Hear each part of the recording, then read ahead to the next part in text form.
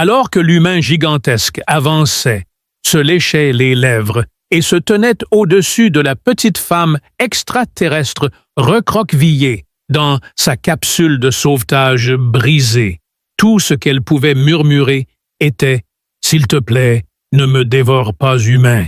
Le monstre qu'il ressemblait était plus grand que ses seigneurs de guerre, plus destructeur que ses tempêtes et plus affamé que ses cauchemars. « Je ne vais pas te manger, je te le jure. » Dax Halter céda, laissant tomber son fusil. Puis il recula prudemment. Elle resta immobile. « Quoi? » cligna-t-il des yeux. Le moment se figea. La femme mesurait à peine 2 pieds, avec une peau argentée translucide qui scintillait de peur. Ses grands yeux violets étaient fixés sur lui, et elle tremblait derrière une plaque de métal carbonisé. 2 antennes tressautaient, comme des moustaches terrifiées. Un collier étrange clignotait des lumières de rouge autour de son cou, suggérant qu'il pourrait s'agir d'un traducteur ou d'un dispositif de survie. Alors que la petite femme sortait une barre de ration, elle siffla une réponse dans sa langue natale, mais l'appelant la traduisit en un murmure paniqué. « Les humains dévorent, dit-elle son traducteur cliquetant et bourdonnant. « Vous nous rôtissez sur le feu. » Dax grimaça et l'appelant répéta ces mots. Les scans faisaient mener partie des nombreuses espèces extraterrestres qui avaient répandu de la propagande sur les humains depuis que la Terre avait rejoint la coalition galactique. Au lieu d'encens et de poignées de main, les humains apportèrent des vaisseaux de la technologie et les guerres de la Terre les avaient endurcis en explorateurs intrépides, souvent mal compris et craints pour leur intelligence et leur capacité de résolution de problèmes. Parmi eux se trouvait Dax, qui avait servi comme ingénieur de combat dans le passé. Maintenant, il travaillait seul comme récupérateur cartographiant les épaves anciennes des lunes inexplorées, comme Nulros 4. Soudain, son scanner hurla, et il s'assit en tailleur, sortant une barre de ration. « Ah, regarde !» exagéra-t-il, sa voix remplie de peur. Elle observait chacun de ses mouvements comme s'il était un enfant. « Je vais manger ça, pas toi. » Ses antennes se redressèrent.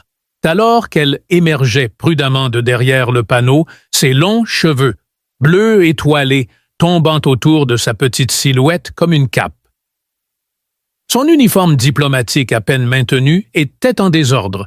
Alors qu'elle s'approchait de lui, elle s'agenouilla et renifla la barre, ses yeux s'écarquillant d'alarme. Le traducteur gazouilla. « C'est un chéri !»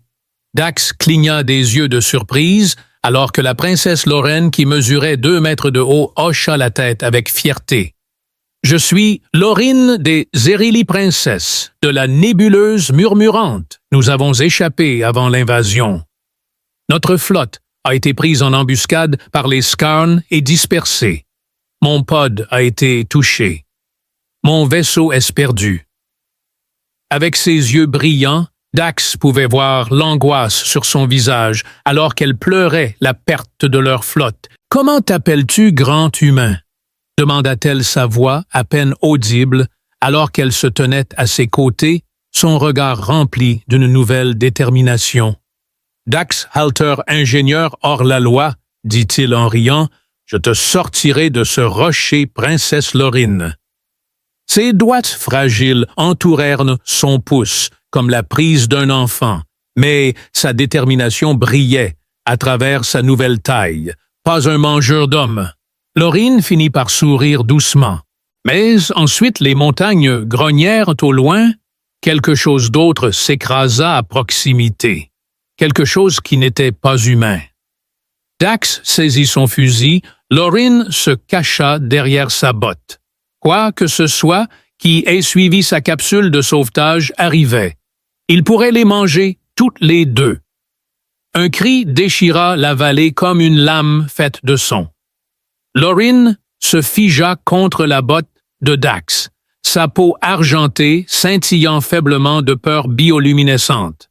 Le traducteur bourdonna à sa gorge, insultant les chiens de guerre. Ils dévorent tout, murmura Dax entre ses dents. Évidemment, ils l'éteignent. Les Skarn n'étaient pas seulement des pirates de l'espace. Ils étaient comptés aussi des traqueurs habiles, capables de suivre les traces de radiation, les biosignatures et même les phéromones interstellaires. S'ils employaient des chiens de guerre, alors ce n'était pas une chasse ordinaire, c'était un acte d'extermination. Il mit son fusil en mode rafale, en ficha une nouvelle cartouche d'énergie et scruta la crête devant lui. Loryn tira sur sa manche, avertissant qu'il allait mourir. Dax resta collé à sa lunette, son regard fixé sur l'ennemi. J'ai été dans des situations pires. Une fois, j'ai dû combattre une bête bourdonnante zarnienne, alors que mon bras était déboîté et mon vaisseau était en feu. Les yeux de l'Irène s'écarquillèrent de choc. « Tu as survécu? » « J'ai cuisiné la bête bourdonnante, » demanda-t-elle avec un sourire en coin. « Mais les bêtes buzz ne sont pas des gens, » répondit-il avec un sourire, des bêtes de la taille d'un ver luisant, avec une armure dentelée des yeux brillants et des griffes capables de trancher la roche, solides comme de la neige, émergèrent du sommet. Dax se baissa pour se mettre à l'abri, mais les bêtes les trouveraient en un rien de temps. Loryn sortit une petite bombe de stase de son ceinturon. Elle n'était pas très puissante, mais elle arrêterait le temps pendant 6 secondes. Il la regarda sérieusement maintenant et il dit « Une fois que je les attirerai, lance-le quand ils seront proches et cours. Trouve le balise que j'ai laissé à l'extérieur de ta capsule. Appuie sur le bouton rouge. Cela appellera mon vaisseau. » Elle hocha la tête, mais sa lèvre tremblait. « Tu vas mourir. » Il lui fit un clin d'œil, et avant qu'elle ne puisse protester, Dax sauta par-dessus la crête et tira. Un tir de pulsation frappa le visage du premier Warhound, l'illuminant de flammes bleues. Le chien rugit, trébucha, puis tous deux se tournèrent vers lui. L'horreur saisit Loryn, alors qu'elle regardait avec horreur l'humain charger en avant, criant, esquivant et tirant comme le corps d'un homme se déplaçait avec précision alors qu'il plongeait habilement et glissait sous une attaque. En un clin d'œil, il libéra une décharge de plasma qui trancha l'armure d'une bête, envoyant l'autre s'envoler dans les airs, tandis que Lyn criait « Maintenant !» Il cria, et elle lança la bombe de stase au moment Z, ce qui la fit geler. Juste au moment où le deuxième chien de guerre s'apprêtait à bondir, il se transforma en une sculpture inanimée, en plein vol, les mâchoires grandes ouvertes. Dax se libéra rapidement et courut vers elle tandis que la bombe de stase s'éteignait et que la créature rugissait de nouveau en mouvement s'écrasant au sol derrière elle. Au milieu de leur confusion, ils arrivèrent aux balises que Dax activa. Loin au-dessus des nuages scintillants, un vaisseau noir et élégant émergea son moteur rugissant. Le vaisseau, construit par des humains et réparé avec des plaques disparates, était beau et rapide. Lyn, encore tremblante, fut saisie par Dax qui plongea à l'intérieur pour la protéger. Le vaisseau décolla juste au moment où le chien de guerre bondit à nouveau ses griffes, raclant l'air juste en dessous de leur coque. Ils étaient enfin en vol en sécurité pour le moment, comme si la ceinture de sécurité était le seul objet là maintenant dans l'univers. Dax lui lança une bouteille d'eau et demanda « Ça va ?» Elle hocha lentement la tête, sa voix s'éteignant. « Je ne m'attendais pas à ce que tu me sauves. Pourquoi n'es-tu pas plus comme un monstre? » Dax lui lança un regard. « Je suis désolé, » dit-elle, ses antennes tombantes. « Ils nous ont dit que les humains ne sont pas tous des héros, mais nous ne sommes pas tous des monstres non plus. » Les yeux de Loryn rencontrèrent les siens et il éclata de rire. « C'est ce que nous faisons voir quelqu'un de peur et seul, et nous essayons de le réparer. Les joues de la princesse prirent une légère teinte violette alors qu'elle le remerciait et lui adressait un sourire sincère. Dax Helter, un cheval de bataille, un fouilleur et pilote d'un vaisseau rouillé, ressentit une vague d'espoir qu'il n'avait pas éprouvée depuis des années. Malheureusement, la sérénité ne dura pas, car le collier de Lorraine bipait. Elle a haleté, demandant « Oh non, quoi, princesse Lorraine, nous avons suivi votre capsule. » Et un seigneur de guerre au visage de Scone, avec des cicatrices et un sourire, s'est matérialisé dans l'air, alors qu'elle tapotait le collier. L'image était floue et fragmentaire, mais suffisamment distincte. X jeta un coup d'œil à Lorraine, puis aux commandes. Il cligna des yeux, se redressa les épaules carrées et sa voix ferme. « Nous avons trouvé votre peuple et nous les dévorerons un par un à partir de maintenant. » Les yeux de Lorraine se remplirent de larmes et le message se termina dans le silence. Le lancer, piloté par Dax, se précipita dans l'espace, se dirigeant directement vers la zone la plus effrayante de l'occupation. Zone. Lorraine s'agenouilla dans le siège du copilote, ses bras entourant ses genoux. Le ciel étoilé la faisait se sentir encore plus petite. Mais, dans ce silence, elle ne pouvait s'empêcher de jeter des coups d'œil au pilote humain Dax Helter, qui semblait si calme et précis. Dans sa culture, les humains étaient des mythes, grands, agressifs et imprévisibles. Mais celui-ci avait risqué tout pour elle, sa nourriture, son abri et sa confiance, et maintenant il mettait sa vie en jeu pour sauver des étrangers.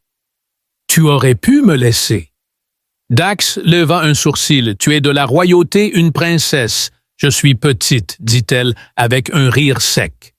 Pas exactement un atout sur le champ de bataille, tu es courageux. Pourquoi ne comprenait-elle pas? La pièce était remplie du bourdonnement des moteurs. Les croiseurs Skarn étaient en orbite autour de Rovox 9, et si ton peuple y a atterri, ils sont soit cachés, soit capturés. Lorraine se pencha en avant, se rapprochant de Dax.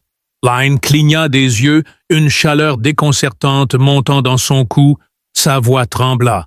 Un moment de silence s'installa avant qu'elle ne reprenne la parole, cette fois plus doucement. Chez moi, j'étais fiancé à un noble. C'était une tradition de devoir arrangé, tu ne l'aimais pas. Non, il me regardait comme si j'étais un symbole, pas une personne. Dax hésita avant de répondre, disant finalement « Eh bien, je te regarde et je vois une personne. » Le cœur de Lorraine fit un bond. Leurs yeux se rencontrèrent. Quelque chose scintilla entre deux êtres aux antipodes de la galaxie, quelque chose que ni le traducteur, ni la science, ni l'histoire ne pouvaient expliquer. Mais le moment se termina, alors que les alarmes retentirent. Un vaisseau de patrouille, Skarn droit devant. Dax grogna en enfonçant la manette des gaz. Ils nous ont repérés, les étoiles se tordirent violemment. Des éclairs de laser sifflèrent près de la coque. Le vaisseau tanguait violemment, Lorraine tomba de son siège. Dax la rattrapa juste à temps. Il la prit sur ses genoux et la fixa à son harnais. « Tiens bon !» Lorraine s'accrocha à lui, son visage enfoui dans son torse. Avec la voix tremblante, elle lui a supplié de ne pas mourir dans ses bras. « Alors ne le fais pas, dit-il. Visse à la place. » Elle a haleté de surprise, alors qu'il plongeait tête la première dans une vrille de vaisseau, le faisant chavirer sous une ceinture d'astéroïdes gelés. Le croiseur ennemi se rapprochait, mais Dax était trop rapide. Il a frôlé les rochers comme une libellule sur l'eau, manipulant des interrupteurs, redirigeant les boucliers, ordonnant des commandes à son intelligence artificielle. Avec Lorraine, toujours pressée contre lui, elle pouvait sentir le pouls indompté de son cœur, libre de peur, d'adrénaline et de passion. Soudain, elle se sentit plus en sécurité qu'auparavant, alors qu'il propulsait le vaisseau vers le haut, s'écrasant dans un glacier. Ils atterrirent, mais silencieusement à Ruvox 9, où les scanners détectèrent de faibles signaux zérili dans une colonie minière effondrée. Dax s'équipait d'une armure de furtivité de grenades EMP de couteau plasma et d'une mini-lame de choc qu'il offrit à Lorraine. Lorraine refusa, mais il insista pour qu'elle la prenne quand même. Ils traversèrent ensemble les ruines, lui balayant les coins et elle utilisant des couteaux plasma, rayonnantes de vibrations subtiles provenant de son antenne. Lorraine détecta des fils de fer que Dax désactiva rapidement. Les deux travaillaient ensemble comme une machine bien huilée. Ensuite, ils tombèrent sur un immense fossé rempli de zérili, d'anciens d'enfants et de dieux blessés. Un guerrier de scan montait la garde, consommant paresseusement un fluide lumineux. Dax murmura à l'un des gardes, « Libère-les, je m'occupe de lui. » Juste au moment où le garde reconnaissait le mouvement furtif de Dax, il se heurta à la cage. Avec le cœur battant, l'Irène regardait Dax se battre, avec une intensité imprévisible et féroce. Le garde, qui était 2 fois sa taille, ne pouvait pas l'arrêter. En un clin d'œil, Dax a désactivé le filet et les prisonniers sont restés figés de choc. La princesse Line s'est agenouillée et les a rassurés. « Vous êtes en sécurité maintenant. Cet humain m'a sauvé et il est ici pour vous sauver. » Des soupirs d'espoir et des larmes coulaient sur son visage, mais il y avait encore plus de dangers à venir. Dax radio. Trop de Skarn en approche.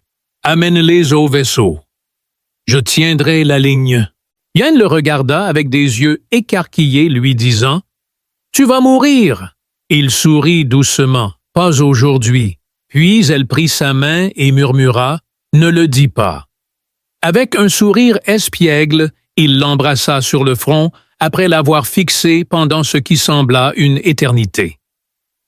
Lorraine conduisit ses gens à contre-cœur, mais elle se retourna juste à temps pour voir Dax se tenir droit contre une escouade de guerriers, Scar, tout cela pour une princesse qu'il n'avait pas encore conquise. Les ruines de Ruvox. 9 résonnaient du choc du plasma et des eaux, alors que Dax Halter se tenait seul juste au-delà de la fosse des prisonniers confrontant une escouade de frappeurs Skarn 2 fois plus nombreux que prévu. 12 guerriers armés, il était entouré de créatures grognantes et sifflantes, leurs lames acérées et leurs canons rudimentaires, témoignant de leur indifférence à la beauté. Le compteur de bouclier de son armure clignotait à 46%, ce qui était insuffisant, mais il ne se battait pas pour survivre, il se battait pour elle, une simple humaine. Avec un rictus, l'un des Scars dit « Tu feras un excellent cadavre ». En un seul mouvement, Dax fit tourner son fusil à plasma et tira provoquant la chute du Scar le plus proche. Alors que les autres chargeaient, il plongea sous une attaque, retourna le fusil dans le ventre d'un des ennemis, tira et se retourna pour en abattre un autre à la nuque, provoquant des étincelles qui tombaient comme lucioles, 5% de bouclier. Ils dansaient entre eux, mais ils se rapprochaient rapidement. Un bolt de plasma lui a atteint l'épaule, mais il a rugi de douleur et a continué tranchant la poitrine d'un Skarn et repoussant son corps convulsant. Pourcentage. Pendant ce temps, Lorraine a conduit le dernier de son peuple vers la trappe ouverte du lanceur. Les enfants ont couru en premier, puis les blessés et enfin les anciens. Lorraine s'est retournée pour les suivre, mais elle s'est arrêtée, la vallée. Derrière elle était engloutie dans des Skarn verts et du feu, et Dax se battait encore seul, saignant. La princesse doit y aller. Non, je retourne là-bas. Lorraine serra ses petits poings, sa voix remplie de détermination. Lan nous a sauvés et je refuse de le laisser mourir seul. D'un geste rapide, elle saisit l'un des blasters de Dax dans l'ouverture et se précipita dans le feu. Pendant ce temps sur le champ de bataille, Dax s'effondra sur un genou, ses membres lourds et ses yeux rouges de sueur et de sang. Avec 3 skarns restants, il pouvait potentiellement en prendre un cependant, alors que l'un d'eux levait sa hache, zap, le bras du skarn explosa dans une pluie d'étincelles et d'os. Dax cligna des yeux et Lorin se tenait au sommet de la crête, aussi petite que jamais. Avec un blaster dans une main et une lame de choc dans l'autre, elle se précipita vers lui sans craindre de perdre le contrôle. Elle poussa un cri et glissa sous ses jambes, tournant pour enfoncer la lame dans son genou. Dax tendit la main et lui tira une balle dans la poitrine, le réduisant à 2. Puis, en plein vol. Dax le plaqua le roulant contre le mur avec un fracas d'os et la tira près de lui, les yeux écarquillés de joie. « Tu es revenu !» Elle leva les yeux vers lui, son expression remplie de peur et d'une lueur de larmes. Le dernier scone chargea ensemble, alors que Dax et Lorin tirèrent des coups jumeaux brisant la poitrine du monstre.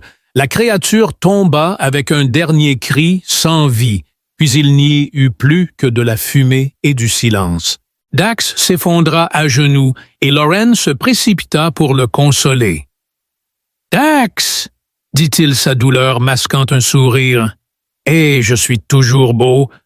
Tu es blessé, juste des contusions. » Et le soleil de Ruvox 9 se leva rose et doré sur le champ de bataille, alors que Lynn pressait son petit corps contre sa poitrine. Dax l'enveloppa d'un bras souriant, bien qu'il clignât des yeux, et murmura « Je pensais que tu allais mourir. Je pensais que j'allais mourir aussi. Mais je n'avais pas peur. » Elle fronça les sourcils, demandant pourquoi il n'était pas revenu la chercher. Ils s'assirent dans les ruines silencieuses et elle le regarda comme s'il était la créature la plus impossible belle et folle de la galaxie, cligna des yeux en surprise. « Tu es si petit étrange et autoritaire, et tu m'as sauvé la vie. Qu'est-ce qu'il n'y a pas à aimer? » Lyrin gloussa et grimpa sur ses genoux, posant une main sur sa joue. Elle murmura « Je pensais que les humains étaient des monstres, mais toi, tu es mon miracle. » Leurs lèvres se rencontrèrent, les siennes rugueuses et chaudes, les siennes douces et scintillantes. À ce moment-là, peu importait s'ils étaient des extraterrestres ou des humains, ce qui comptait, c'était qu'ils étaient tous deux sincères. Les autres revinrent rapidement pour aider Dax à monter à bord du vaisseau. Les anciens Zerili s'inclinèrent devant lui en signe de gratitude, et les enfants acclamèrent. Le vieux conseiller rigide de Lorin tremblait d'émotion. À un moment ultérieur dans la salle médicale du vaisseau, Lorin s'assit à côté de son lit tenant sa main et murmura. « Repose-toi, Dax Halter, mon guerrier, mon humaine. » Dax se tenait sur le balcon de la citadelle royale, Zerili fraîchement douché, endolori dans chaque muscle, mais bien vivant. En dessous de lui, une mer de lumière, des milliers d'ampoules de chaque district Zerili formaient une célébration sans pareille. Les gens dansaient, chantaient et lançaient des pétales dans les airs. Il ajusta la ceinture cérémonielle que Lynn l'avait forcé à porter. « Je préférerais être de retour dans la jungle avec un fusil à plasma, » dit Lynn, ses yeux argentés rencontrant ceux de Dax avec chaleur et feu. « Je préférerais porter une robe violette profonde, brodée d'étoiles d'argent, et essayer de paraître digne. Je n'aime toujours pas la tenue, pourtant, tu l'as dit hier avant-hier, et pendant le petit déjeuner aussi. Je me suis retourné pour voir. » Les robes formelles de Lenny scintillaient comme de la poussière d'étoiles, et je le répéterai encore si ce truc continue à m'étouffer. Elle rit et s'approcha en roulant ses petits bras autour de sa taille. « Ton peuple t'adore, Dax. Tu as libéré toute une maison royale. Le premier humain jamais autorisé à entrer dans notre capitale sans parler de nos cœurs. Il lui brossa une mèche de cheveux lumineux de son visage. « Je ne l'ai pas fait pour eux, je sais. » Ses joues s'empourprèrent. Ils restèrent en silence enlacés. Le vent portait de la musique depuis la cour. Laurine regarda dehors sa voix lointaine. Après la guerre, j'ai toujours pensé que je me sentirais perdu comme si je n'avais pas de place. Dax murmura « Avec moi ». Alors qu'elle se retournait vers lui, la galaxie l'acceptera-t-elle un jour une royale, Zerili, avec un mercenaire humain? Dax sourit et dit qu'ils essaient de nous arrêter.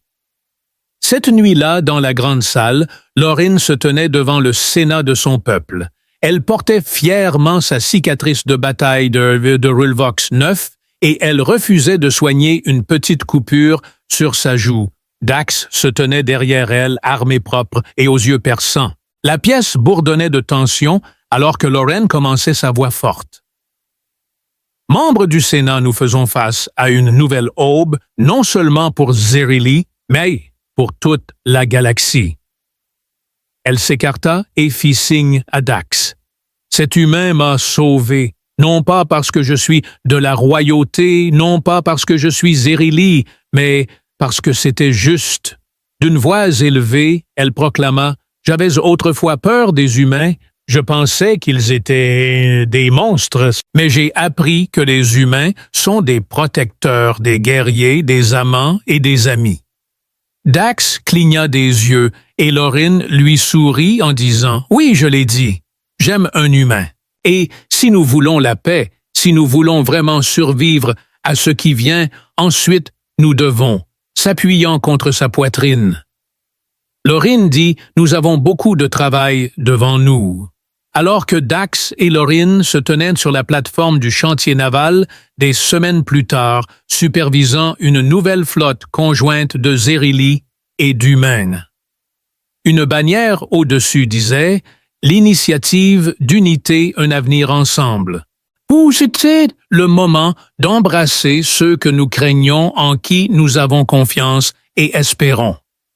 Cette nuit-là, sous les deux lunes, il l'embrassa à nouveau.